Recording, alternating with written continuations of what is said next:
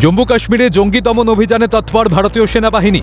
গোপন সূত্রে খবর পেয়ে রবিবার ভোরে কিস্তওয়াড়ে দুল এলাকায় ভারতীয় সেনার তরফে সন্ত্রাস বিরোধী অভিযান শুরু করা হয়। এদিকে বিষয়টি টের পেতেই বাহিনীকে লক্ষ্য করে গুলি ছুড়তে শুরু করে জঙ্গিরা, যার জেরে উভয় পক্ষের মধ্যে গুলির লড়াই শুরু হয়ে যায়। ভারতীয় সেনাবাহিনীর হোয়াইট নাইট কর্পস এক্স পোস্টে জানিয়েছে, রবিবার ভোরে কিস্তওয়াড়ের দুল এলাকায় গোয়েন্দা তথ্যের ভিত্তিতে পরিচালিত অভিযানে ভারতীয় সেনাবাহিনীর সতর্ক সৈন্যরা জঙ্গিদের সঙ্গে সংঘর্ষে জড়িয়ে পড়ে।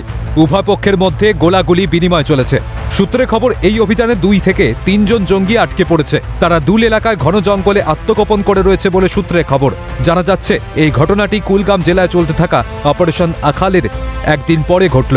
সূত্রে খবর, শনিবার অপারেশন আখাল চলাকালীন ভারতীয় সেনার 2 সদস্য শহীদ হন।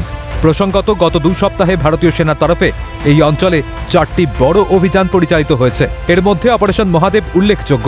এই অভিযানে পেহেলগাঁও হামলায় জড়িত 3 পাক জঙ্গিকে নিকেশ করে ভারতীয় নিরাপত্তা বাহিনী। এছাড়া অপারেশন শিব শক্তিতে পুঞ্চ সেক্টরে নিয়ন্ত্রণ রেখা দিয়ে অনুপ্রবেশের সময় 2 জঙ্গি নিহত হয়।